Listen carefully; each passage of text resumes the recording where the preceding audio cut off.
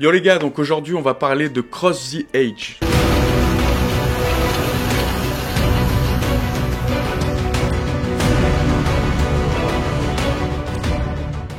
Donc Cross the Age, c'est quoi? Avant toute chose, comme d'habitude, je vous laisse aller rejoindre le Discord Line of Light pour avoir bien plus d'informations sur tous ces jeux Play to Earn qui sont en train de sortir. C'est très important, donc je te laisse aller voir la description. Bien évidemment aussi, n'hésite pas à t'abonner si le contenu te plaît. Lâche un petit like et la petite cloche pour ne rien manquer. Et voilà, let's go, on peut passer à la vidéo.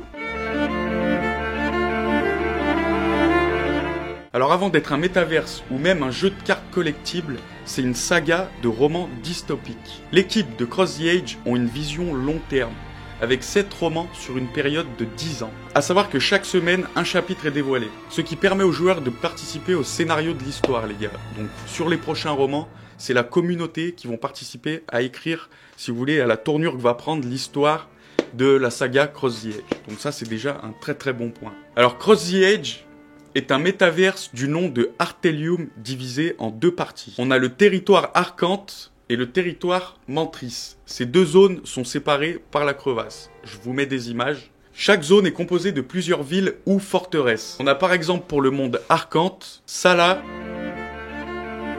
Akonga,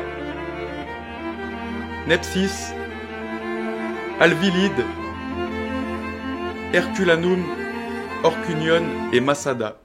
Donc désolé pour la prononciation les gars, même si c'est pas top, ne m'en voulez pas trop. Et pour le côté Mantrix, il y a Bourse et Conclave de Mantrix.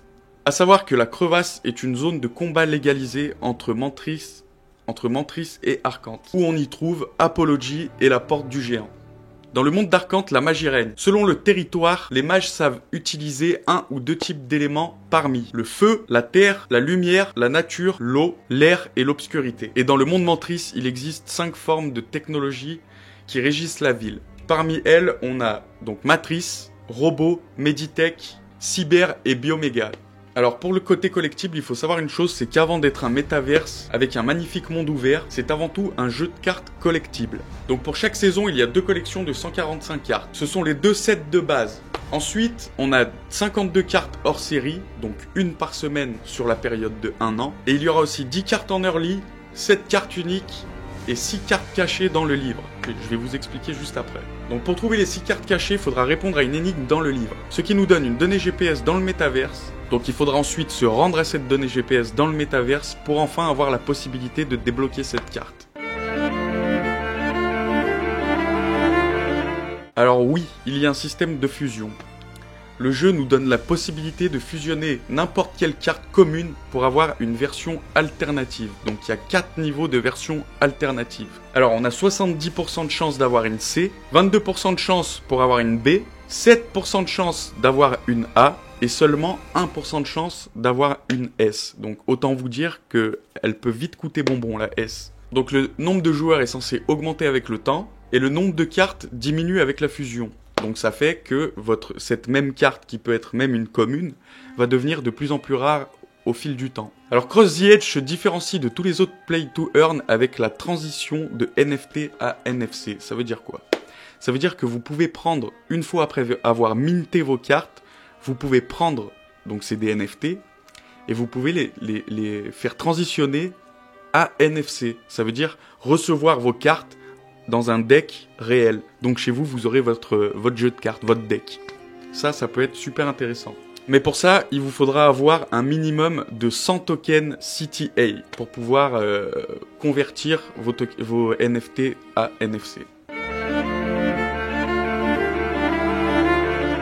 Alors Cross the Age est basé sur le réseau Matic Polygon. L'équipe ont décidé d'adopter 2 tokens. Donc on a le Crystal qui aura un rôle similaire à celui d'un stablecoin et le token CTA qui lui aura une vraie fonction dans le jeu. Par exemple, tu as besoin d'un token CTA pour pouvoir jouer et acheter des boosters. Donc un seul pour pouvoir faire ça. Avec 10 tokens, tu peux minter tes cartes. Avec 20 tokens, tu peux participer au championnat. Avec 50 tokens, tu as accès à toute la partie location des cartes. Parce que oui, on peut louer soit ces cartes, on peut les louer à des personnes, ou louer une carte dont on a besoin. Donc soit sur une période de, je crois que c'est une journée, une semaine ou un mois.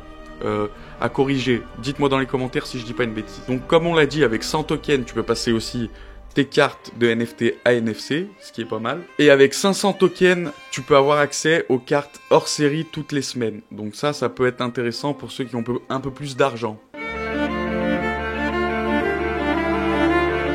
Alors au niveau des équipes, on a du solide les gars. Alors il y a Samy Chalgou qui est un des fondateurs. Vous pouvez aller voir le live de Crypto Matrix. Je sais pas si c'était un live, je crois que c'était un live, mais il l'a retranscrit sur YouTube. Vous pouvez aller voir, il se présente et il présente aussi le jeu Cross the Age. Alors Samy Chalgou, il a fait quoi? Il a travaillé 7 ans dans la production audiovisuelle. Et il possède 5 studios de jeux vidéo. Et de par ces studios, il a pu développer donc une 50aine de jeux. Donc c'est déjà un beau background qu'il a derrière. Ensuite, il y a plus de 60 artistes qui sont des références dans leur domaine. Donc on a des gens qui ont travaillé chez Riot Games, qui ont travaillé donc sur la série Arcane. Il y a des mecs qui ont travaillé sur Star Wars, Marvel et toutes sortes de choses. C'est incroyable. Et même chez parmi les écrivains, je crois qu'il y a des gens qui ont travaillé pour Harry Potter et tout ça, si je dis pas de bêtises. J'ai entendu ça dans l'interview de Crypto Matrix d'ailleurs. Donc pour les écrivains, on a Arnaud Delaine, Corinne Martel et bien d'autres. De toute façon, je vous laisse aller voir leur site. Je vous mets le lien en description. Il est super bien fait, vous aurez beaucoup d'informations là-dessus aussi. Donc voilà les gars, on arrive déjà à la fin de cette vidéo. J'espère que ça vous a plu. Si ça vous a plu, n'hésitez pas. Petit like, petit abonnement et la petite cloche pour ne rien louper. Et je vous dis à la semaine prochaine. Ciao!